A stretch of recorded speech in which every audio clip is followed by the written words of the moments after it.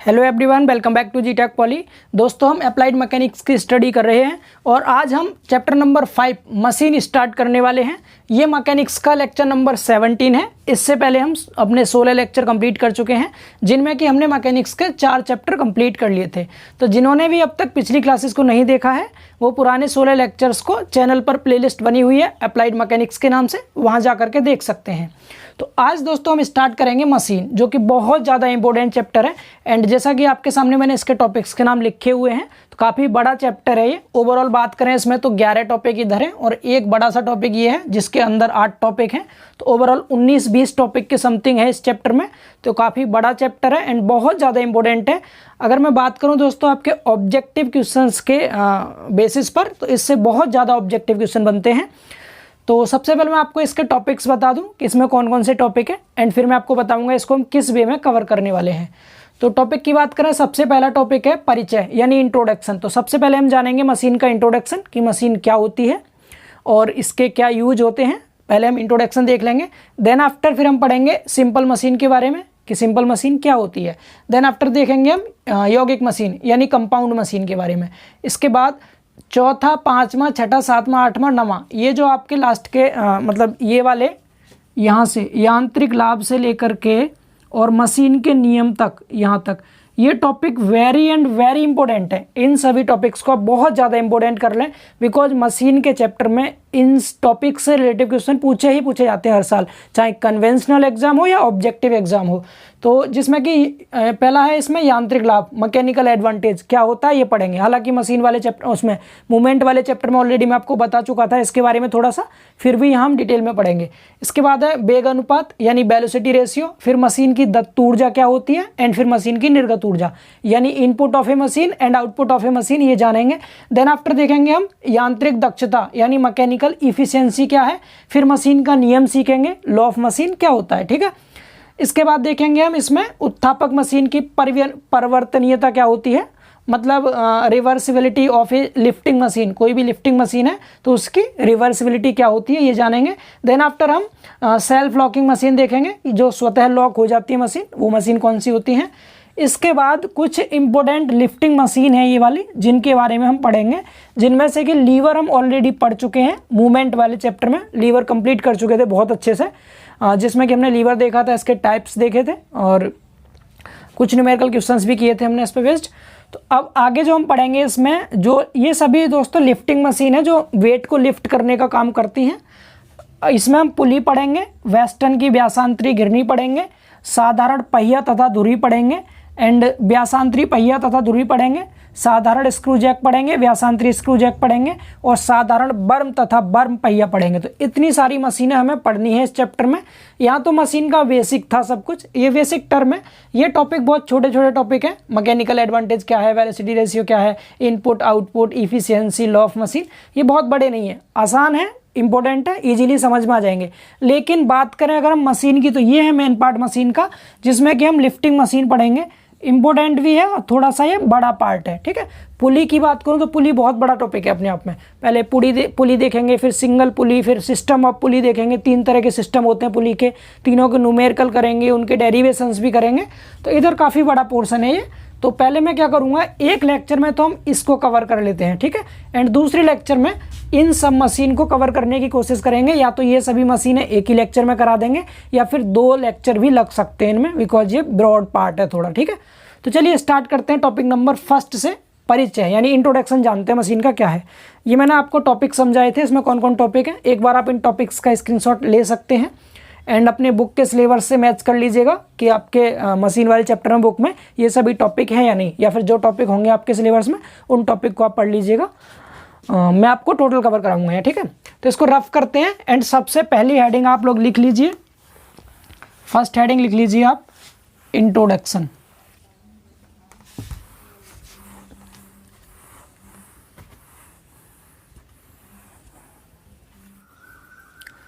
तो चलिए बात करते हैं इंट्रोडक्शन की, मशीन का इंट्रोडक्शन क्या होता है। तो मशीन के इंट्रोडक्शन में हम जानेंगे सबसे पहले मशीन की डेफिनेशन, मशीन की परिभाषा क्या है। तो मशीन की 2 डेफिनेशन होती हैं, दोनों काफ़ी इजी हैं, आपको इजीली समझ में आ जाएगी, ठीक है। तो देखिए अगर बात करें मशीन की, तो मशीन क्या है, कोई भी ऐसा यंत्र जो हमारे काम को आसान कर दे मशीन कहलाता है। क्लियर ना? तो अब यहाँ हमें लिखना कैसे है, कोई ऐसा यंत्र या युक्ति, कोई ऐसा यंत्र या युक्ति जो कम प्रयास लगाकर किसी कार्य को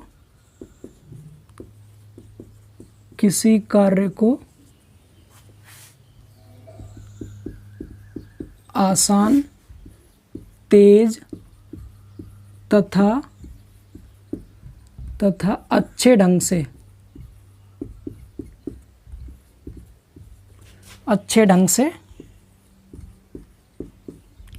करता है, मशीन कहलाती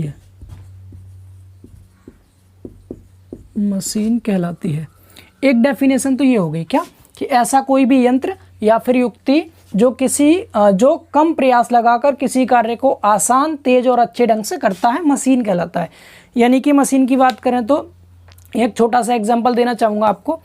आसान से मतलब क्या है, या कम प्रयास लगा करके किसी कार्य को करने से मतलब क्या है, जैसे ये बोर्ड है, अगर इस बोर्ड में कोई स्क्रू आपने कस दिया, ठीक, कोई पेच कस रखा है इसमें, और आपसे कहा जाए कि आप इसको हाथ से खोलिए, तो आप नहीं खोल सकते, चाहे कितना ही प्रयास क्यों ना लगा लें। वहीं अगर हम एक मशीन का यूज़ करें जिसे हम स्क्रू ड्राइवर कहेंगे यहाँ पर, तो अगर मैं स्क्रू ड्राइवर से इस स्क्रू को खोलना चाहूँ तो आसानी से खोल सकता हूँ, ठीक है, और बहुत अच्छे तरीके से और तेज़ी से। तो उसी को आपको माइंड में रख के डेफिनेशन को दे देना है क्या, कि ऐसा कोई भी यंत्र या फिर युक्ति, स्क्रू ड्राइवर का एक तरह का यंत्र है, तो ऐसा कोई भी यंत्र जो कम प्रयास लगाकर, हमने क्या किया, बहुत कम प्रयास लगाया और यहाँ पर जो पेच था उसको आसानी से खोल दिया, ठीक है। तो कम प्रयास लगाकर किसी भी कार्य को आसान, तेज और अच्छे ढंग से करता है, मशीन कहलाती है। ये डेफिनेशन सभी को क्लियर हुई। अब दूसरी डेफिनेशन होती है हमारी, जो टेक्निकल डेफिनेशन है, इंजीनियरिंग में जो यूज होती है, दूसरी डेफिनेशन वो क्या है, कि ऐसा कोई भी यंत्र या फिर कोई भी युक्ति मतलब कोई भी सेटअप कह लो, कोई भी सिस्टम कह लो, तो ऐसा कोई भी यंत्र हो हमारे पास, कोई इंस्ट्रूमेंट हो ऐसा जो क्या कर दे, जिसको हम, जो किसी भी एनर्जी को, आपने उसको कोई एनर्जी दी, किसी भी तरह की एनर्जी दी, ठीक है, और ये इस एनर्जी को क्या कर दे, मैकेनिकल एनर्जी में कन्वर्ट कर दे। मैकेनिकल एनर्जी को हिंदी में कहते हैं यांत्रिक ऊर्जा। यांत्रिक ऊर्जा मतलब होता है कार्य करने वाली ऊर्जा, यांत्रिक का मतलब होता है कार्य एक तरह से, ठीक है। एनर्जी यहाँ पर क्या, कोई भी उपलब्ध ऊर्जा हो, किसी भी तरह की कोई भी उपलब्ध ऊर्जा। तो यहाँ पर हम दूसरी डेफिनेशन क्या बोल देंगे, दूसरी डेफिनेशन बोल देंगे कि ऐसा कोई भी यंत्र या फिर युक्ति जो किसी भी प्रकार की उपलब्ध ऊर्जा को यांत्रिक ऊर्जा में बदलकर कार्य करने के लिए सक्षम करता है, तो क्या कहलाता है आपका, मशीन कहलाता है। क्लियर ना? तो क्या करेगा, मशीन का काम क्या है, ये किसी भी प्रकार की उपलब्ध ऊर्जा को यांत्रिक ऊर्जा में बदल देता है, ठीक है। अब इसको मैं एग्जाम्पल के थ्रू आपको और अच्छे से क्लियर करता हूँ। तो आप इसको डेफिनेशन को लिख लीजिए एक बार, फिर मैं दिखाता हूँ आपको किसी भी एनर्जी को मैकेनिकल एनर्जी में कैसे कन्वर्ट करता है, इससे क्या मतलब है इस लाइन का, ठीक है। तो देखिए, एक तरह से हम यूज कह सकते हैं, मशीन के कुछ यूज बता रहा हूँ आपको मैं, यूज मतलब कुछ प्रयोग बता रहा हूँ, इनसे क्लियर होगा। थ्योरी पार्ट है, थोड़ा इंटरेस्ट के साथ पढ़िएगा। जैसे बात करें पहले यूज की हम, तो सबसे पहला यूज मैं आपको बता रहा हूँ कि ये एनर्जी को ट्रांसफॉर्म करने का काम करता है। क्या? Energy transform. एनर्जी ट्रांसफॉर्म का मतलब क्या है, ऊर्जा रूपांतरण, ऊर्जा का रूपांतरण, ठीक है। ऊर्जा का रूपांतरण कैसे करेगा, तो इसमें एक एग्जांपल ध्यान रखिएगा, सभी ने पवन चक्की देखी है, पवन चक्की नहीं देखी तो नाम सुना होगा, इंग्लिश में इसको हम विंड टरबाइन कहते हैं, विंड टरबाइन। बड़ी बड़ी पवन चक्की लगी होती हैं, आप सबने देखा होगा, नहीं देखा तो डायग्राम आपको शो हो रहा है, इसमें देख लीजिए, ठीक है। तो ये विंड टरबाइन है, ये क्या करती है, ये विंड एनर्जी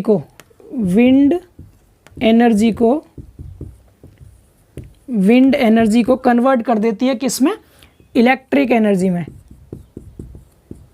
इलेक्ट्रिक एनर्जी में। यानी कि कोई भी वायु की एनर्जी है, वायु की ऊर्जा है, तो वायु की ऊर्जा को किस में बदल देती है ये? विद्युत ऊर्जा में। आप सभी को पता है पवन चक्की से बिजली बनाने का काम किया जाता है, बिजली बनाई जाती है, विद्युत ऊर्जा। ठीक है, तो हम क्या कह सकते हैं, पवन चक्की क्या कर रहा है, पवन चक्की के द्वारा एक एनर्जी ट्रांसफॉर्म हो रही है। कैसे हो रही है? बड़ी बड़ी पवन चक्की लगी होती हैं, उनमें जब हवा लगती है तो बहुत तेज़ी से घूमने लगती है वो क्या होती है, उस हवा की ऊर्जा के द्वारा, उस हवा की ऊर्जा को लेकर के और बिजली की ऊर्जा में कन्वर्ट कर देती है, यानी कि बिजली बना देती है। तो क्या कह सकते हैं हम, विंड एनर्जी को इलेक्ट्रिक एनर्जी में कन्वर्ट कर रही है। तो किसी भी प्रकार की किसी एक एनर्जी को किसी दूसरी एनर्जी में कन्वर्ट करने का जो भी कोई यंत्र काम करता है वही मशीन है। तो यहाँ पर पवन चक्की क्या है, यहाँ पर पवन चक्की एक मशीन है। समझ आ रहा है आपको एग्जाम्पल के थ्रू? क्लियर ना सभी को? पहला यूज ये हो गया, क्या करता है ये, एनर्जी को ट्रांसफॉर्म करने का काम करता है। अब बात करते हैं हम दूसरे इसके यूज की। दूसरा यूज देखिएगा, हटा दें इसे, समझते चलिएगा साथ साथ और लिखते चलिएगा, ठीक है। दूसरा बात करें तो दूसरा काम है इसका एनर्जी। ये ट्रांसफॉर्म था, यहाँ ट्रांसफर है। ट्रांसफॉर्म और ट्रांसफर में अंतर होता है। ऊर्जा यहाँ तो रूपांतरण कर रहा था, मतलब इसका रूप को बदल दे रहा था, विंड एनर्जी को इलेक्ट्रिक एनर्जी में बदल दिया। लेकिन यहाँ क्या करेगा, एनर्जी वही रहेगी बल्कि उसको ट्रांसफर कर देगा, सब जगह फैला देगा। ठीक है, ट्रांसफर मतलब होता है फैलाना, यानी स्थानांतरण करना, स्थानांतरण। तो ऊर्जा का स्थानांतरण भी करती है मशीन। कैसे करती है ऊर्जा का स्थानांतरण? तो आप सब ने कैन ओपनर देखा होगा, सभी ने कैन ओपनर, कैन ओपनर नहीं देखा है तो इसका भी डायग्राम आप देख सकते हैं। आपको डायग्राम यहाँ शो हो रहा है। तो इसमें क्या है, एक कैन है। कैन मतलब कोई भी एक डब्बा हो गया, जैसे पेंट का डब्बा होता है जिसमें पेंट भरा रहता है दीवारों पर करने वाला, उस तरह का कोई डब्बा हो गया तो उसे कैन कह सकते हैं। तो इस कैन को ओपन करने वाला जो इंस्ट्रूमेंट होता है, जैसे उसकी प्लास की तरह से जो होता है, जो आपको दिख रहा है इसमें, तो ये क्या करता है, इसको एक जगह सेट करके जब घुमाते जाते हैं तो ये चारों तरफ जो आपका ढक्कन है उसके चारों तरफ क्या करेगा, इसको खोलने का काम करेगा। उस एनर्जी को चारों तरफ, जो हमारी हाथ की एनर्जी है उसको चारों तरफ ट्रांसफर कर देगा और उस ढक्कन को इजीली वहाँ से खोल देता है। समझ पा रहे हैं? तो कैन ओपनर क्या करेगा, जो हाथ की एनर्जी होती है उसको ओपनर के चारों ओर ट्रांसफर कर देता, उसके कैन के चारों ओर ट्रांसफर कर देता है। क्लियर ना? तो इस तरह से कह सकते हैं एनर्जी को ट्रांसफर करने का काम भी करती है मशीन। क्लियर हुआ इतना? एग्जाम्पल क्या हो गया आपका, कैन ओपनर एग्जाम्पल हो गया इसका। अब तीसरा यूज देखते हैं। तीसरा यूज होता है इसका मल्टीप्लाई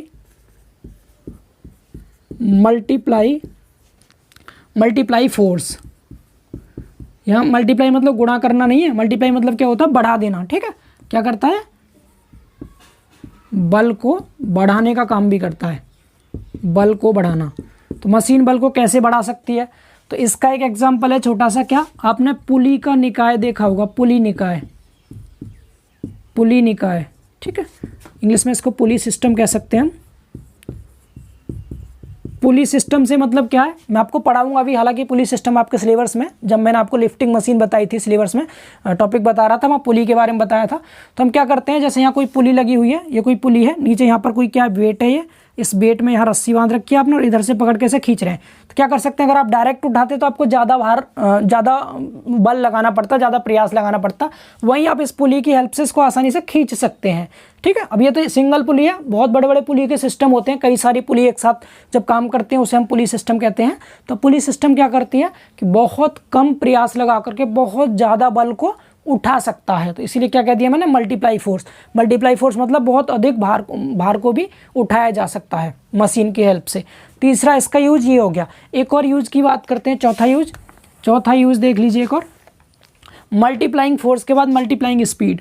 हालांकि मशीन के बहुत सारे यूज होते हैं, मैं कुछ बेसिक यूज बता दे रहा हूँ आपको, जिससे कि आपको थोड़ा आइडिया हो जाए मशीन होती क्या है।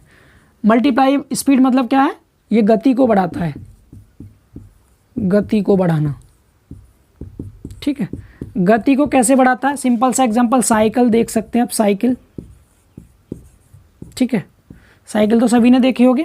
साइकिल में जो गियर सिस्टम होता है, गियर संबंध, वहाँ से क्या करता है, गियर की सहायता से जब हम पेडल लगाते हैं साइकिल में तो उससे साइकिल की गति और तेज़ बढ़ती जाती है। एक राउंड लगाया तो पहिया कई बार घूम जाता है। समझ पा रहे हैं? तो इस तरह से क्या कर सकते हैं हम, कम बल लगा के अधिक गति भी प्राप्त कर सकते हैं। जब हम साइकिल में पेडल लगाते हैं तो उसका जो गियर है उसकी वजह से क्या होता है, बहुत तेज़ी से साइकिल चलने लगती है। डैट मीन्स क्या, उसकी गति बढ़ जाती है। तो मशीन क्या करेगा, मशीन जो उसमें जो गियर है वो एक तरह की मशीन है, तो क्या करेगा वो स्पीड को भी बढ़ा देगा। ठीक है, तो ये 3-4 एग्जाम्पल मैंने बताए थे। एनर्जी ट्रांसफॉर्म में क्या हो गया, ऊर्जा को बदलने का काम, पवन चक्की बताया था एग्जाम्पल, जो क्या करता है किसी भी विंड एनर्जी को इलेक्ट्रिक एनर्जी में कन्वर्ट कर देता है। एनर्जी ट्रांसफ़र बताया था, रूपांतरण मतलब कैसे एनर्जी को ट्रांसफ़र करता है हर जगह, तो मैंने आपको उसमें कैन ओपनर बताया था, कैन को खोलने वाला जो होता है। अगला मल्टीप्लाई फोर्स, बल को बढ़ाना, बल को बढ़ाने के लिए पुली सिस्टम बताया था, पुली की सहायता से कम प्रयास लगा के अधिक भार को हम उठा सकते हैं। एंड चौथा मल्टीप्लाइंग स्पीड में साइकिल याद रख सकते हैं आप, उसका जो गियर होता है, गियर के संबंध से क्या करते हैं, कम बल लगा के भी हम अधिक गति को प्राप्त कर सकते हैं। क्लियर ना। तो कुछ यूज हो गए, मशीन की डेफिनेशन हो गई। एक तो ये वाली डेफिनेशन थी, दूसरी क्या थी कि किसी भी प्रकार की उपलब्ध ऊर्जा को जो मैकेनिकल ऊर्जा में, यांत्रिक ऊर्जा में बदलकर कार्य करता है, मशीन कहलाता है।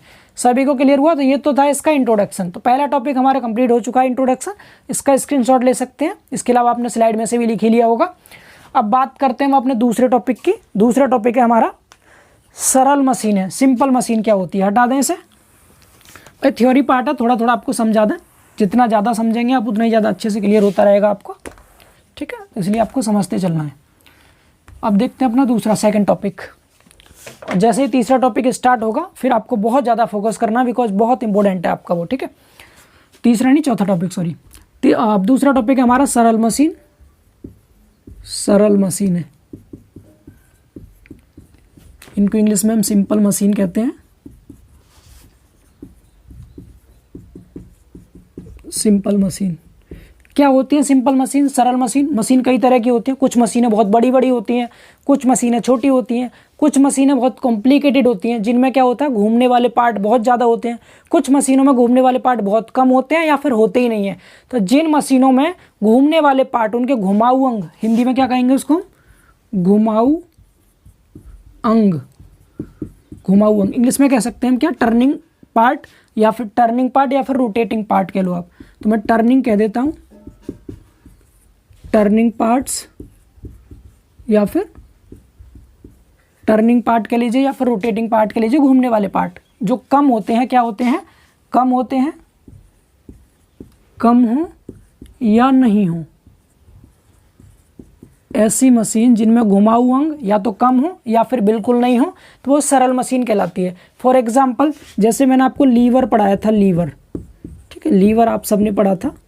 लीवर में मैंने इस तरह से बताया था क्या, कि जैसे मैंने कोई सीधी छड़ ले ली, इधर बीच में एक आलम्ब लगा होता था, इधर हमें वेट उठाना सपोज कोई है, इधर से हम क्या करते थे, प्रयास पी लगाते थे। तो यहाँ आलम्ब पे सिर्फ ये एक आलम्ब के अबाउट घूम सकता था। तो यहाँ पर एक ही ऐसा पॉइंट है जिसके अबाउट ये घूम रही है मशीन। ठीक है, यहाँ से ऊपर नीचे से हो सकती है। तो ये भी एक सरल मशीन है। ठीक है, स्क्रू हो गया आपका, स्क्रू सीधा, सॉरी स्क्रू ड्राइवर जो होता है आपका सीधा सीधा रहता है, आप इजीली क्या कर सकते हो, उसे घुमा सकते हो। उसके अंदर मैं बात कर रहा हूँ, घुमाऊ से मतलब ये नहीं है कि वो घूम नहीं सकता। घुमाऊ से मतलब है यहाँ पर घूमने वाले अंग उसमें कम होंगे, उसके मशीन के पार्ट कम होंगे उसमें, जो बार बार घूमेंगे। ठीक है, ऐसी कोई भी मशीन सरल मशीन कहलाएगी। क्लियर ना। तो क्या कह देंगे हम, ऐसी मशीन जिसमें घुमाऊ अंग कम होते हैं सरल मशीन कहलाती है। कम होते हैं या फिर बिल्कुल नहीं होते। ठीक है, और एग्जाम्पल क्या है इसके, लीवर हो गया और पुली हो गया। पुली जानते हैं, घिरनी जिसे हिंदी में कहते हैं, पुली हो गया। ठीक है, लीवर हो गया, पुली हो गया, गियर हो गया आपका, गियर हो गया, स्क्रू हो गया। तो ये सब एग्जाम्पल किसके हैं आपके, ये सब एग्जाम्पल सरल मशीन के हैं। आप सरल मशीन की डेफिनेशन और एग्जाम्पल को स्लाइड में से लिख लीजिए। ठीक है, अब बात करते हैं अगले टॉपिक की। ये आसान टॉपिक है ना, जल्दी से कवर करते हैं हम। ठीक है, तो जिसमें घुमाऊ अंग कम हो या फिर बिल्कुल नहीं हो, तो वो क्या होती है, सरल मशीन होती है। एंड अगला है हमारा इसमें यौगिक मशीन। यौगिक मशीन, यौगिक मशीन मतलब कंपाउंड मशीन।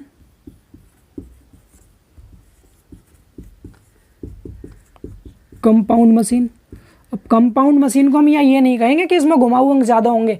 कंपाउंड मतलब होता है क्या, जो दो या दो से अधिक चीज़ों से मिलके बना हो, यौगिक हो गया ना। तो क्या कह देंगे, यौगिक मशीन दो या दो से अधिक या कई सारी सरल मशीनों को मिला करके बनती है। ठीक है, तो यौगिक मशीन किसे कहते हैं, जो अनेक सरल मशीनों को मिला करके एक मशीन बनाई जाती है, उस मशीन को हम यौगिक मशीन कहते हैं। क्लियर हुआ। तो इसकी डेफिनेशन भी आपको स्लाइड में शो हो रही है, आप उसमें से लिख लीजिए। तो ये 3 टॉपिक तुम्हारे काफ़ी इजी थे, मशीन का इंट्रोडक्शन, सरल मशीन, यौगिक मशीन। अब जो चौथे टॉपिक से है मेन सिलेबस आपका यहाँ से स्टार्ट होगा, जहाँ से कि आपके क्वेश्चन बनते हैं। तो अब आपको बहुत ध्यान से फोकस करना है। मैं इसको रफ करता हूँ एंड अगले टॉपिक पे चलते हैं, टॉपिक नंबर 4। चलिए हटा दें इसे।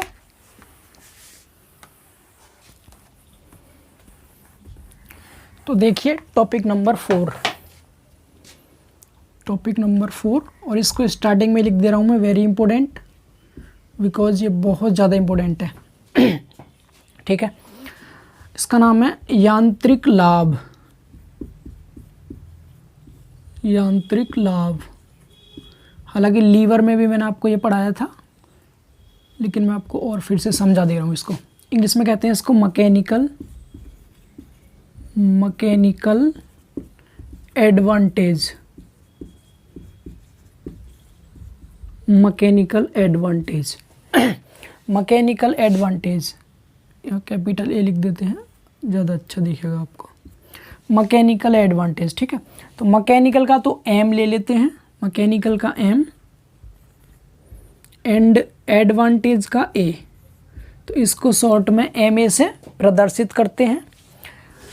इसको मैं फॉर्मूले से आपको समझाता हूँ, और फॉर्मूले से भी पहले मैं डायग्राम से क्लियर करता हूँ आपको, बिकॉज मैंने आपको पढ़ाया था ये लीवर में, तो वहीं से आपको समझाते हैं। जैसे ये कोई एक लीवर है, आप सभी जानते हैं लीवर के यहाँ बीच में एक आलम्ब होता है जिसे फलक्रम कहते हैं, पिन होता है यहाँ पर एक, इसे आलम्ब कह देते हैं। अच्छे से समझिएगा, थोड़ा बड़ा हो सकता है लेक्चर, लेकिन क्लियर हो जाएगा अच्छे से, ठीक है। आलम्ब है, कोई फलक्रम है, फलक्रम। इधर यहाँ पर कोई वेट, इस लीवर पर यहाँ कोई वेट लटका हुआ है ये, ठीक है। ये कोई वेट है डब्लू, कोई भार है डब्लू, ये क्या, कोई भार है, इंग्लिश में इसको हम वेट बोल सकते हैं। ये कोई वेट है, हमें ये उठाना है। लीवर यहाँ से घूम सकता है ये, तो हम क्या करेंगे, इधर को एक प्रयास लगा देंगे। प्रयास से मतलब है यहाँ पर हम एक बल लगाएंगे, ऐसे करके इसको दबाएंगे नीचे को। जब इसको नीचे को दबाएंगे तो क्या होगा, ये पोर्शन ऊपर उठ जाएगा, बिकॉज यहाँ से घूम सकता है, तो इसलिए इस तरह से बाहर उठ जाएगा। तो यहाँ पर हमने क्या लगा दिया, पी लगा देंगे। पी फॉर यहाँ प्रयास है, इंग्लिश में इसको इफर्ट बोलते हैं, इफर्ट, ठीक है। तो हमने क्या किया, इफर्ट पी हमने इस पर लगा दिया। अब ध्यान से सुनिएगा, ये भार है जो कि हमें उठाना था, इधर हमने प्रयास लगाया, तो जो हमारा ये भार है जितना ऊपर उठ जाएगा, ठीक है, ये भार उठेगा ऊपर कुछ, और यहाँ पर क्या है, ये प्रयास नीचे को दबेगा, इस तरह नीचे लगाएंगे। तो हम क्या कह देंगे, ये जो भार उठाया गया है, तो ऐसे बोल देंगे उठाया गया भार, उठाया गया भार, अपॉन में जो लगाया गया प्रयास है, ये लगाया गया प्रयास, उठाया गया भार अपॉन लगाया गया प्रयास, ठीक है। इंग्लिश में कह सकते हैं आप इसको weight lifted, weight lifted upon में ये क्या है, अप्लाइड इफर्ट, अप्लाइड इफर्ट, ठीक है। इन दोनों के अनुपात को इन शॉर्ट अगर मैं लिखना चाहूँ तो इसको M A equal to W upon P, ये फॉर्मूला होता है। अब आप खुद बताइएगा, क्या मैकेनिकल एडवांटेज जो यांत्रिक लाभ है इसका कोई मात्रक होगा? मात्रक इसका नहीं होगा। क्यों नहीं होगा? क्योंकि भार भी क्या है, भार भी एक तरह का बल है, इसका भी न्यूटन होगा, और जो प्रयास हमने लगाया ये भी एक तरह का बल है, तो ये भी न्यूटन में, न्यूटन से न्यूटन कट जाता है, इसलिए इसको यूनिट लेस कहते हैं। यूनिट लेस यानी मात्रक विहीन होता है ये, मात्रक विहीन या मात्रकहीन कह सकते हैं आप, ठीक है, विमाहीन भी कह सकते हैं। यूनिट लेस है यानी यांत्रिक लाभ का कोई मात्रक नहीं होता है। तो पहली चीज़ आपको इस फॉर्मूले से डेफिनेशन याद रखनी है। डेफिनेशन क्या होगी? उठाए गए भार तथा लगाए गए प्रयास के अनुपात को यांत्रिक लाभ कहते हैं। W अपॉन P करके आपको फॉर्मूला याद रखना है। यह यूनिट लेस होता है यानी मात्रक विहीन होता है। उठाया गया भार समझ गए, W था जो ऊपर उठेगा, लगाया गया प्रयास ये था P जो नीचे की ओर लगाया था आपने, ठीक है। अब कभी कभी ऑब्जेक्टिव क्वेश्चन में कंडीशन दे देता है, ठीक है। जैसे हम जेई वगैरह के लिए पढ़ाते हैं तो वहाँ पर ऑब्जेक्टिव क्वेश्चन बनते हैं और आपके एग्जाम में भी इस बार ऑब्जेक्टिव आने वाले हैं। तो इससे ऑब्जेक्टिव क्या बनते हैं वो मैं आपको बता रहा हूँ। एक बार आप इसका स्क्रीनशॉट ले लीजिए अच्छे से, ताकि मैं इसे रफ कर सकूँ, ठीक है। देखिए, तो दो चीज़ तो आप यहाँ से ये सीख गए इसके बारे में। क्या? पहली चीज़ तो हम फॉर्मूला सीख गए इसका, एम ए का W/P होता है। दूसरा हम ये सीख गए कि ये यूनिट लेस है, यानी इसका कोई मात्रक नहीं होता है। ये दो चीज़ क्लियर हुई सभी को। अब पूछा ये जाता है कभी कभी, क्या पूछा जाता है कि यदि इस मैकेनिकल एडवांटेज की वैल्यू 1 से ज़्यादा हो तब क्या कंडीशन होगी, एंड यदि मैकेनिकल एडवांटेज की वैल्यू 1 के बराबर हो तब क्या कंडीशन होगी, एंड यदि मैकेनिकल एडवांटेज की वैल्यू 1 से कम हो तो क्या कंडीशन होगी। ये तीनों कंडीशन 3 ऑब्जेक्टिव क्वेश्चन है अपने आप में, इसको ध्यान से समझिएगा। ये 1 से ज़्यादा कब होगा, जब इस W की जो वैल्यू है वो ज़्यादा होगी P की वैल्यू से, तभी तो होगा। मतलब कहने का क्या है, ये W की वैल्यू यहाँ पर क्या होगा, जब ये W की जो वैल्यू है ये ज़्यादा होगी P की वैल्यू से, बिकॉज ऊपर वाली वैल्यू ज़्यादा लेंगे नीचे वाली कम, तभी ये 1 से ज़्यादा आएगा। W ज़्यादा होने का मतलब क्या है, जो उठाया गया भार है ये ज़्यादा है, जो हमने प्रयास लगाया था ये कम था।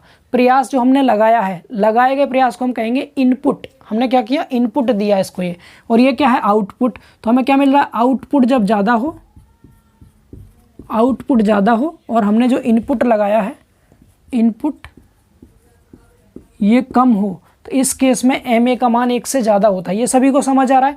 ये कब ज़्यादा होगा, इन शॉर्ट आप इस तरह ब्रैकेट में याद रखिएगा, W का मान P से ज़्यादा बड़ा होगा तभी तो 1 से ज़्यादा आएगा एम ए का मान। ये ज़्यादा होगा ये कम होगा तो एम ए का मान क्या आएगा, 1 से ज़्यादा आएगा। तो W मतलब हो गया उठाया गया भार। अब उठा कौन रहा है भार को, मशीन उठा रही है भार। तो मशीन क्या दे रही है, हमें आउटपुट दे रही है। हमने इनपुट ये लगाया था, P जो हमने है ये हमने लगाया है, हमारे द्वारा लगाया गया, इसलिए इसको हम इनपुट बोलेंगे। जो हमारे द्वारा लगाया जाता है वो इनपुट हो गया, हमने इनपुट कर दिया मशीन पे। एंड जो मशीन हमें देती है वो आउटपुट है। क्या निकल के आया, तो भार ज़्यादा था, आउटपुट ज़्यादा है, इनपुट कम है, तो उस केस में एम ए का मान 1 से ज़्यादा होगा। अब इनपुट आउटपुट दोनों बराबर होंगे, जितना प्रयास लगाया, जितना नीचे को हमने प्रयास खींचा उतना ही ऊपर को भार उठा। तो इस केस में हम क्या कह देंगे, आउटपुट और इनपुट बराबर होंगे। आउटपुट बराबर इनपुट होगा, आउटपुट बराबर इनपुट होगा, तो इस केस में क्या रहेगा आपका, एम ए 1 के बराबर होगा। मतलब उठाया गया भार और लगाया गया प्रयास दोनों आपस में बराबर होंगे। कम, एम ए कम कब होगा, जब W कम होगा P ज़्यादा होगा, ठीक है। उठाया गया भार कम होगा तो एम ए कम होगा। डेट मीन्स यहाँ पर क्या होगा, W कम हो P ज़्यादा हो। W कम होने का मतलब क्या है, हमें आउटपुट कम मिल रहा है, आउटपुट क्या है, कम है, और इनपुट कैसा है, ज़्यादा है, इनपुट ज़्यादा है। तो इस केस में एम ए का मान 1 से कम होगा। बस सिंपल आउटपुट को याद रखेंगे, आउटपुट मतलब भार को याद रखेंगे। आउटपुट ज़्यादा तो एम ए ज़्यादा, आउटपुट कम तो एम ए कम, आउटपुट इनपुट बराबर तो एम ए 1 के बराबर हो जाएगा। ये 3 कंडीशन थी, 3 क्वेश्चन है अपने आप में, इनको याद रखेंगे सभी। सबसे ज़्यादा फॉर्मूला इंपॉर्टेंट है, फॉर्मूला याद रखेंगे। यूनिट लेस होता है, ये भी याद रखेंगे। डायग्राम से भी मैंने आपको अच्छे से क्लियर कर दिया है। सभी को समझ आया। तो ये चौथा टॉपिक था आपका, बहुत ज़्यादा इंपॉर्टेंट है, वेरी इंपॉर्टेंट करके इसको लिख लीजिए, याद कर लीजिएगा। चलिए बात करते हैं अगले टॉपिक की, हटाएं इसे। इनपुट आउटपुट की हिंदी तो सबको पता है। इनपुट मतलब होता है हम जो देते हैं ऊर्जा, दत्त ऊर्जा कहते हैं इसको हिंदी में, दत्त ऊर्जा। आउटपुट मतलब जो निकल के आती है, निर्गत ऊर्जा, ठीक है, निर्गत ऊर्जा। हिंदी भी याद रखिएगा आप। हटा दें अब। चलिए अब देखते हैं अगला टॉपिक। अगला टॉपिक देखते हैं। अगला टॉपिक है हमारा टॉपिक नंबर 5। 5वां टॉपिक है वेग अनुपात। कभी कभी वेगानुपात भी लिख देते हैं इसको, वेग अनुपात। ये 2 तरह से लिखा आता है, या ऐसे भी लिखा जाता है, वेगानुपात, ठीक है। किसी किसी बुक में ऐसे लिखा होगा, तो बिल्कुल कंफ्यूज ना हो, मैं अलग अलग करके लिख रहा हूँ, वेग अनुपात इंग्लिश में कहते हैं इसको। टॉपिक नंबर 5 है, ये भी वेरी इंपॉर्टेंट है, इसको भी बहुत ज़्यादा इंपॉर्टेंट कर लीजिएगा। इंग्लिश में इसको वेलोसिटी रेशियो कहते हैं, वेलोसिटी रेशियो, ठीक है।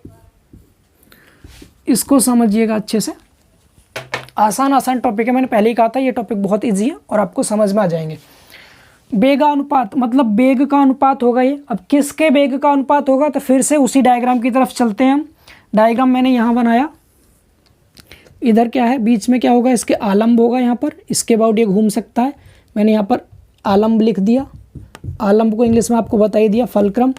इधर हमने क्या किया, ये कोई वेट है जो हमें उठाना है, थोड़ा और नीचे तक ले चलते हैं, ये कोई वेट है यहाँ पर लटका हुआ है, ठीक है, W वेट मैंने इस लीवर पर लटका दी, लीवर था ये, कोई एक लीवर है, और यहाँ पर हमने क्या किया, प्रयास लगाया, ये प्रयास P है, ये क्या है, प्रयास है, या पूरा लिख दे रहा हूँ मैं, लगाया गया प्रयास,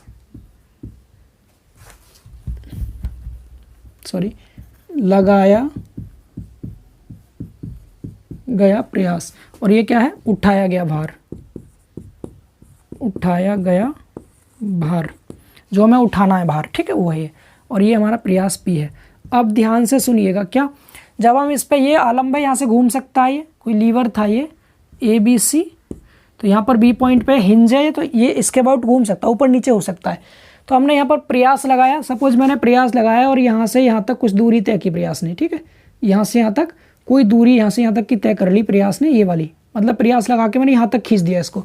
जब मैं यहाँ P को, ध्यान से सुनेंगे, इस P को यहाँ से खींच के जब नीचे यहाँ तक लाया, इस पॉइंट तक, तो इस केस में ये वेट यहाँ से उठ के कुछ ऊपर चला गया, यहाँ से उठ के मान लिया ये वेट कहाँ पहुँच गया, यहाँ पहुँच गया, ठीक है, इस वेट ने ऊपर को यहाँ कुछ दूरी कवर कर ली, ये वाली, इसको मान लिया मैंने x दूरी है, मतलब भार द्वारा चली गई दूरी क्या x है, और प्रयास द्वारा नीचे को चली गई दूरी क्या थी, y थी। समझ पा रहे हैं, क्लियर ना सभी को, ये क्लियर हुआ सभी को। तो हमने प्रयास द्वारा चली गई दूरी ये है। अब ध्यान ये रखना है, जैसे मैंने यहाँ से यहाँ तक कुछ समय में ये प्रयास यहाँ लगाया, मान लिया t टाइम में ये लगाया था प्रयास, t टाइम में मैंने प्रयास लगाया, तो उसी t टाइम में ये भार कितना ऊपर उठ गया, ये देखना है हमें, ठीक है, टाइम चेंज नहीं करना है, ऐसा नहीं कि यहाँ पे टाइम ज़्यादा लगा लिया, देख लिया पहले ही इसको, मतलब जितने टाइम में आपने ये प्रयास लगाया था नीचे की ओर, जितना प्रयास नीचे की ओर लगाया था जितने टाइम में, उसी टाइम में देखना है कि आपको भार कितना ऊपर उठ गया। तो हम यहाँ से वेग निकालेंगे, वेग मतलब वेलोसिटी, सभी जानते हैं डिस्प्लेसमेंट अपॉन टाइम होता है, या दूरी बट्टे समय कह सकते हैं आप उसको, विस्थापन बट्टे समय को वेग कहते हैं। तो यहाँ पर अगर मैं प्रयास का वेग की बात करूँ, प्रयास का वेग, तो प्रयास का वेग क्या होगा दोस्तों, यहाँ से प्रयास का वेग हो जाएगा हमारा y अपॉन टी, क्योंकि दूरी बट्टे समय, तो ये प्रयास का वेग हो गया। और भार का वेग क्या होगा, भार का वेग ये x दूरी है, कितने t टाइम में, तो x बट्टे टी कह सकते हैं, ये समझ पा रहे हैं सभी। तो हम यहाँ पर क्या कह देंगे, यहाँ हम बोल देंगे प्रयास के वेग और भार के वेग के अनुपात को, किस किस के वेग के अनुपात को, यहाँ मैं लिख देता हूँ, वेलोसिटी रेशियो को शॉर्ट में b इंटू आर बोल देंगे। क्या हो जाएगा, ये प्रयास है, पहले हम प्रयास लगाएंगे तभी तो भार उठेगा, तो पहले हम प्रयास लगा रहे हैं इसलिए ऊपर लिखेंगे क्या, प्रयास का वेग अपॉन, नीचे क्या कहेंगे, ये भार का वेग, ठीक है, इंग्लिश में इसको कह देंगे वेलोसिटी ऑफ इफर्ट, और नीचे क्या है ये, वेलोसिटी ऑफ लोड, ठीक है, समझ पा रहे हैं। तो किस किस के प्रयास के वेग और भार के वेग के अनुपात को हम वेगानुपात कहते हैं, वेगों का अनुपात ही तो है ये, तो क्या बोल देंगे, प्रयास के वेग और भार के वेग के अनुपात को वेगानुपात कहते हैं। अब फॉर्मूला क्या निकल के आएगा यहाँ से, तो v into B into R equal to B R क्या हो जाएगा, प्रयास का वेग y बट्टे टी हो गया, y अपॉन टी, अपॉन में भार का वेग x अपॉन टी हो गया, x अपॉन टी, समझ पा रहे हैं सभी, x अपॉन टी। तो यहाँ t से t कट जाएगा, तो बी आर का फॉर्मूला निकल के क्या आ गया दोस्तों, y अपॉन एक्स, क्या आ गया, y अपॉन एक्स। क्लियर हुआ सभी को, ये t से t यहाँ कैंसिल हो गया था, ऊपर नीचे से t कट गया ये वाला, तो y अपॉन एक्स बचा। क्लियर हुआ सभी को ये। तो इसी को हम क्या कह देते हैं, y अपॉन एक्स को, y यहाँ पर क्या है, y है प्रयास द्वारा चली गई दूरी, और ये क्या है, भार द्वारा चली गई दूरी। तो यहाँ पर बी आर इक्वल टू हम क्या लिख सकते हैं, प्रयास द्वारा चली गई दूरी, बट्टे में x क्या था, भार द्वारा चली गई दूरी, भार द्वारा चली गई दूरी, ठीक है, ये t टाइम था इधर। तो इस तरह से आप या तो ये वाली डेफिनेशन दे दीजिएगा, ये वाली डेफिनेशन, इस डेफिनेशन को भी दे सकते हैं। ऑप्शन में अगर आपको ये देखने को मिल जाए कि प्रयास के वेग और भार के वेग के अनुपात को क्या कहते हैं, तो हम वेगानुपात कहते हैं। अगर ये लिखा जाए प्रयास द्वारा चली गई दूरी और भार द्वारा चली गई दूरी के अनुपात को क्या कहते हैं, तो इसको भी वेगानुपात ही कहते हैं, ठीक है, बिकॉज समय से समय कट गया ना टी टाइम से, तो इसीलिए ये भी इसकी डेफिनेशन होती है। ये वाली भी डेफिनेशन है इसकी एंड ये वाली भी डेफिनेशन है। उम्मीद करते हैं आप सभी को ये वेलोसिटी रेशियो बहुत अच्छे से क्लियर हो गया होगा। याद हो जाएगा formula by upon x. By क्या है? बाई ये प्रयास द्वारा चली गई दूरी, यहाँ लिख देता हूँ इन शॉर्ट ये एक्स है, ताकि आपको और अच्छे से याद हो जाए। ठीक है, तो क्लियर हुआ सभी को ये टॉपिक। अब बात करते हैं अगले टॉपिक की, और अगला टॉपिक है हमारा इसमें वेगानुपात के बाद का टॉपिक है इनपुट। मशीन का इनपुट क्या होता है और आउटपुट क्या होता है, इसको रफ कर दें, स्क्रीनशॉट ले लीजिए आप इसका, फिर इसको रफ करते हैं। चलिए इसी तरह से समझते चलिए और नोट्स बनाते रहिएगा, बिकॉज बहुत इंपॉर्टेंट पार्ट चल रहा है आपके मशीन का, ये अच्छे से क्लियर कर देंगे आपको। ठीक है, चलते हैं छठे टॉपिक की तरफ। Topic number 6, input of A machine, यानी मशीन की दत्त ऊर्जा। इंग्लिश में कहते हैं इसको इनपुट ऑफ ए मशीन। अब किसी भी मशीन का इनपुट क्या होगा इसकी बात करते हैं। ठीक है, इनपुट जैसा कि मैंने अभी बताया आपको, मशीन को जो हम अपने द्वारा जो हम मशीन पर कार्य करते हैं वो क्या होता है? इनपुट होता है। जैसे ये कोई लीवर था, यहाँ पर आलम्ब है, तो ये तो वेट है जो हमें उठाना है W। ठीक है, इधर क्या है? ये प्रयास है।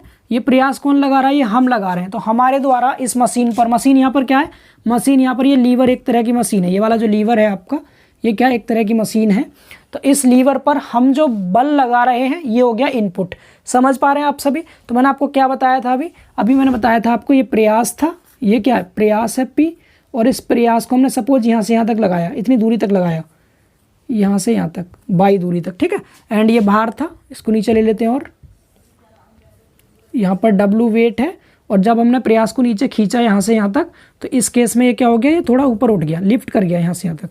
सपोज मान लिया इतना ऊपर उठ गया आपका, तो ये क्या हो गया? x हो गया। ये क्या? भार द्वारा चली गई दूरी, ये प्रयास द्वारा। तो इनपुट हम किसे कहेंगे? जो हम लगा रहे हैं, जो हम मशीन पर कार्य कर रहे हैं, यानी हमारे द्वारा मशीन पर किया गया कार्य क्या होगा? आपका इनपुट होगा। समझ पा रहे हैं सभी लोग?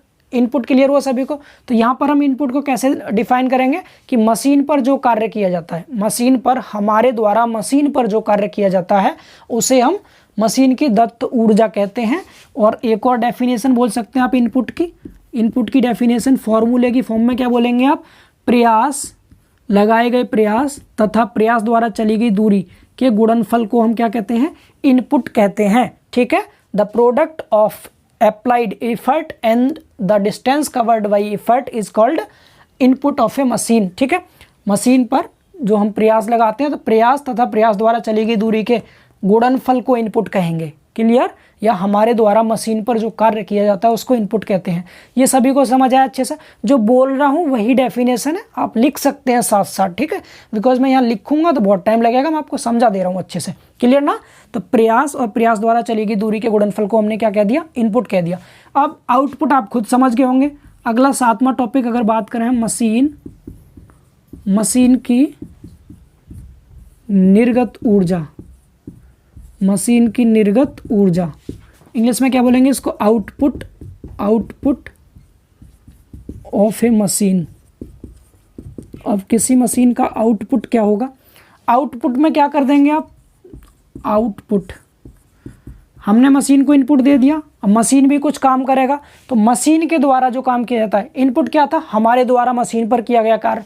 अब मशीन के द्वारा जो कार्य किया जाता है उसको हम आउटपुट कहते हैं। हमने इधर प्रयास लगा दिया, मशीन ने क्या काम किया? इस भार को उठा के ऊपर ला दिया, मशीन ने इस भार को ऊपर उठा दिया, लिफ्ट कर दिया, तो मशीन कर रही है काम। तो मशीन द्वारा जो कार्य किया जाता है उसको हम आउटपुट कहते हैं। एंड ये क्या होगा फिर आपका? तो ये हो जाएगा उठाया गया भार इंटू भार द्वारा चली गई दूरी। उठाए गए भार और भार द्वारा चली गई दूरी के गुणनफल को हम क्या कह देंगे? आउटपुट कह देंगे। तो जितने फॉर्मूले आपको बताते जा रहे हैं ये साथ साथ याद रखने हैं। ठीक है, इनपुट ये क्या है? फोर्स था, न्यूटन। डिस्टेंस किस में होती है आपकी? मीटर या सेंटीमीटर में, तो न्यूटन इंटू मीटर, और ये भी क्या होगा? न्यूटन इंटू मीटर होगा। समझ पा रहे हैं?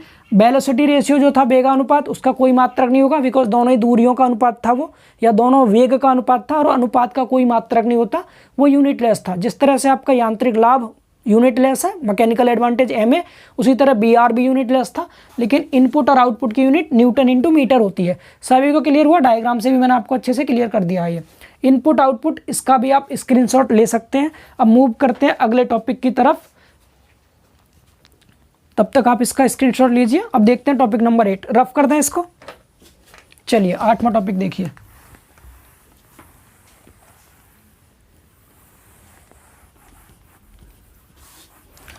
आठवां टॉपिक है हमारा यांत्रिक दक्षता। ये बहुत ज़्यादा इंपॉर्टेंट है, टॉपिक नंबर 8। इसको 2-3 बार वेरी वेरी इंपॉर्टेंट कर लीजिएगा, बिकॉज न्यूमेरिकल क्वेश्चन बनेंगे इससे बहुत सारे। यांत्रिक दक्षता, इंग्लिश में कहते हैं इसको मैकेनिकल इफिशियंसी। Mechanical efficiency. अब मैकेनिकल इफिशियंसी क्या है, यांत्रिक दक्षता क्या होती है? अभी आपको मैंने क्या बताया था? मैंने बताया था अभी आपको इनपुट और आउटपुट के बारे में, क्लियर ना? तो अब यहाँ क्या होगा, जैसे ये लीवर है, इसी को लेकर चलूँगा एक ही एग्जांपल को, जिससे आपको बहुत अच्छे वे में सब कुछ क्लियर हो जाए। ये भार है, यहाँ आपने प्रयास लगाया P, ये कुछ दूरी तक लगाया, सपोज मान लिया यहाँ तक आपने प्रयास को लगाया था, ये दूरी बाई थी प्रयास द्वारा जो चली गई है। भार कितना ऊपर उठा यहाँ से, मान लिया वेट यहाँ उठ गया ये x डिस्टेंस पे, ठीक है, ये वाला यहाँ से यहाँ तक, इतना क्लियर हुआ, x डिस्टेंस ऊपर लिफ्ट कर गया। तो ये क्या है, हमारा आउटपुट है, ये क्या इनपुट है। इफिशियंसी का मतलब क्या होता है, दक्षता मतलब उसकी कार्य करने की क्षमता कितनी है मशीन की। तो मशीन की कार्य करने की क्षमता हम कैसे बताएंगे कि उस मशीन ने कितना भार उठा दिया और हमने उस पर कितना प्रयास लगाया था, यही तो पता चलेगा इसकी कार्य करने की क्षमता। दक्षता मतलब इफिशियंसी मतलब उसकी ताकत कितनी है, वो कितना काम कर सकती है मशीन, उसकी मशीन की कार्य करने की इफिशियंसी क्या है ये हमें बताना है। तो कैसे बताएंगे, मशीन ने कितना भार उठा दिया और हमने उस पर कितना प्रयास लगाया था। ज़्यादा भार उठा देगी तो ज़्यादा इफिशियंसी है इसकी, कम भार उठाएगी तो कम इफिशियंसी है, ऑब्वियस सी बात है, क्लियर ना। तो हम यहाँ से इफिशियंसी को हम ईटा से डिनोट करते हैं, ऐसे करके बनाना, एन जैसा बना के नीचे को खींच देना, ईटा से डिनोट करते हैं। तो मशीन ने जितना भार उठाया उसको हम क्या बोलते हैं, आउटपुट, जो मशीन हमें देती है क्या बोलते हैं इसको, आउटपुट। आउटपुट हिंदी में इसको क्या कहते हैं, निर्गत ऊर्जा, निर्गत ऊर्जा। और हम जो मशीन पे लगाते हैं वो क्या होता है, इनपुट होता है, इनपुट। इसको क्या कहते हैं हिंदी में हम, इनपुट को दत्त ऊर्जा। दत्त ऊर्जा मतलब दी गई ऊर्जा, ठीक है। तो आउटपुट अपॉन इनपुट, यानी कि किसी मशीन के निर्गत ऊर्जा और दत्त ऊर्जा के अनुपात को हम यांत्रिक दक्षता कहते हैं। आउटपुट यानी the ratio of output and input is called mechanical efficiency, और इसको हम परसेंटेज में लेते हैं, इसलिए 100 से मल्टीप्लाई कर देते हैं, ठीक है। यांत्रिक दक्षता को किस में लिया जाता है, परसेंटेज में लिया जाता है। इतना समझ आ रहा है सभी को, ठीक है। मैकेनिकल एडवांटेज, परसेंटेज मतलब हमारी मशीन कितने % काम करने में सक्षम है। अब इसको एक और फॉर्मूले की फॉर्म में मैं अगर लिखूँ तो ईटा इक्वल टू आउटपुट क्या है, कितना भार उठाया, तो W इंटू एक्स को आउटपुट कहते हैं। W इंटू एक्स आउटपुट हो गया, और इनपुट क्या था, P इंटू वाई इनपुट था, P इंटू वाई। यहाँ तक क्लियर हुआ। हम यहाँ से क्या कर सकते हैं, eta equal to W upon P, ये तो है ही, इंटू में ये बाई है यहाँ पर, इस x को अगर मैं नीचे लाऊंगा तो बाई के नीचे आ जाएगा, इधर आके x यहाँ पर आ जाएगा। समझ पा रहे हैं आप लोग, क्लियर हुआ सभी को। अब मैं इसको और आगे कैसे लिख सकता हूँ, यहाँ से आगे मैं लिख सकता हूँ इसको eta equal to W upon P को हम बोलते हैं MA अपॉन में बाई अपॉन एक्स को बोलते हैं VR, ठीक है, वेग अनुपात। तो ईटा क्या होता है, ईटा हमारा MA अपॉन BR भी हो जाता है, ठीक है। ये फॉर्मूला भी बहुत ज़्यादा इंपॉर्टेंट है। MA, W अपॉन P को MA कह दिया, और अपॉन के नीचे बाई अपॉन एक्स है तो बाई अपॉन एक्स को BR कह दिया, क्योंकि ये क्या है, प्रयास द्वारा चली गई दूरी और भार द्वारा चली गई दूरी के अनुपात को वेगानुपात कहते हैं। ये वेलोसिटी रेशियो है, ये मैकेनिकल एडवांटेज है। तो ईटा क्लियर हुआ सभी को, MA अपॉन BR हो गया। अब कुछ मशीन ऐसी होती हैं जिनकी इफिशियंसी 100% से कम होती है। ऑब्वियस सी बात है, सभी मशीनों की इफिशियंसी 100% से कम ही होगी। किसी मशीन की वास्तव में किसी मशीन की इफिशियंसी 100% नहीं होती है, लेकिन जिन मशीन की इफिशियंसी जिन मशीन की इफिशियंसी 100% होती है, ठीक है, जिन मशीन की इफिशियंसी 100% होती है उन्हें आदर्श मशीन कहते हैं, आदर्श मशीन कहते हैं। आदर्श मशीन यानी आइडियल मशीन, आइडियल मशीन। और वास्तव में आइडियल मशीन पॉसिबल नहीं है। क्यों नहीं है बताते हैं इसका रीज़न, ठीक है। अभी तक दुनिया में ऐसी कोई मशीन नहीं है जिसकी इफिशियंसी पूरी 100% हो। क्यों नहीं है? क्योंकि आप किसी मशीन को कोई भी इनपुट दे रहे हैं, इनपुट के रूप में सपोज मैं इंजन की बात करता हूँ, आपने किसी इंजन को ईंधन दिया, ईंधन के रूप में, फ्यूल के रूप में कुछ भी दिया आपने, सपोज डीजल पेट्रोल कुछ भी डाल दिया उसमें, ठीक है, मान लिया लाइक डेट डीजल डाल दिया आपने किसी इंजन में, ठीक है। अब वो जितना आपने उसको इनपुट दिया, क्या ज़रूरी है वो पूरा उतना ही आउटपुट देगा आपको? नहीं, बिकॉज मशीन के जो पुर्जे होते हैं उन पुर्जों के बीच में भी कुछ घर्षण होता है, तो उन पुर्जों के घर्षण में कुछ एनर्जी आपकी खर्च हो जाती है। तो कुछ इनपुट मशीन के जो पुर्जे हैं, पुर्जे के अंदर जो घर्षण काम कर रहा था उस घर्षण में वेस्ट हो गया, बाकी जितना बचा हुआ था वो उसने आउटपुट दे दिया आपको। समझ पा रहे हैं? तो इसलिए हम क्या कह सकते हैं कि किसी भी, वास्तव में किसी भी मशीन की इफिशियंसी 100% नहीं होती है, लेकिन जिन मशीन की इफिशियंसी 100% होती है उन्हें आदर्श मशीन कहा जाता है, उन्हें आइडियल मशीन कहा जाता है, ठीक है। वो लाइट चली गई थी। सभी को समझ आ गया इतना ये, ठीक है। आदर्श मशीन की डेफिनेशन भी याद रहेगी और साथ में ये नोट पॉइंट भी याद रखेंगे क्या कि सभी मशीनों की इफिशियंसी, या ये कह सकते हैं वास्तव में या वास्तविक मशीन, एक्चुअल मशीन कोई भी हो तो उसकी इफिशियंसी 100% से कम होती है। वास्तविक मशीन की इफिशियंसी 100% से कम होती है। क्यों कम होती है? क्योंकि कुछ इनपुट मशीन के पार्ट्स जो घर्षण में कार्य करते हैं उसमें वेस्ट हो जाती है, इसीलिए याद रहेगा सभी को ये चीज़। आदर्श मशीन किसे कहते हैं? जिसकी, ये ऑब्जेक्टिव क्वेश्चन है, पूछा जाता है, ठीक है। जिसकी इफिशियंसी 100% होती है उसे क्या कहते हैं? आदर्श मशीन कहते हैं, आइडियल मशीन कहते हैं। वास्तव में आइडियल मशीन संभव नहीं है, हर एक मशीन की इफिशियंसी 100% से कम होती है, क्योंकि मशीन का कुछ इनपुट मशीन के पार्ट्स में जो घर्षण होता है उस घर्षण में खर्च हो जाता है, इसीलिए, ठीक है। क्लियर हुआ सभी को ये, ठीक है। इसका फॉर्मूला याद रहेगा आपको। अब मैं यहाँ से एक और नीचे फॉर्मूला निकाल के दिखाता हूँ आपको, हटा दें ये, यहाँ तक क्लियर हुआ। अब मैं ये निकाल के दिखाऊंगा, चलो मशीन के नियम में दिखा देंगे आपको कि मशीन पर जो हम प्रयास लगाएंगे तो घर्षण में कितना प्रयास नष्ट हो जाता है और घर्षण की वजह से बाहर में कितनी कमी आएगी। तो अगले टॉपिक में कर लेंगे एक अलग से, जब मशीन का नियम पढ़ाएंगे वहाँ पढ़ा देंगे।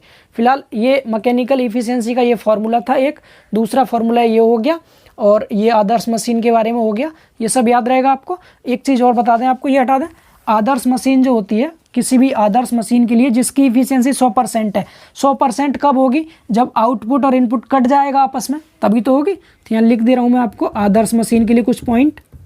आदर्श मशीन के लिए, इसमें पढ़ाने में बहुत कुछ है, मेरा फेवरेट चैप्टर है, लेकिन टाइम को देखते हुए इन शॉर्ट बताना पड़ता है, अदरवाइज बहुत डिटेल में है। अकेले इफिशियंसी पे पूरे 1 घंटे का लेक्चर ले सकता हूँ आपका मैं। जब हम जेईई वाले बच्चों को पढ़ाते हैं तो बहुत डीप जाके पढ़ाते हैं, बट आपको भी थोड़ा थोड़ा समझाता रहूँगा, ठीक है। आदर्श मशीन के लिए क्या होगा? एक तो ये चीज़ हो गई क्या, इफिशियंसी 100% होगी। अब इफिशियंसी 100% कब आएगी? जब आउटपुट इनपुट कट जाएगा तो 100% बचेगा ये। डेट मीन्स कब कटेगा?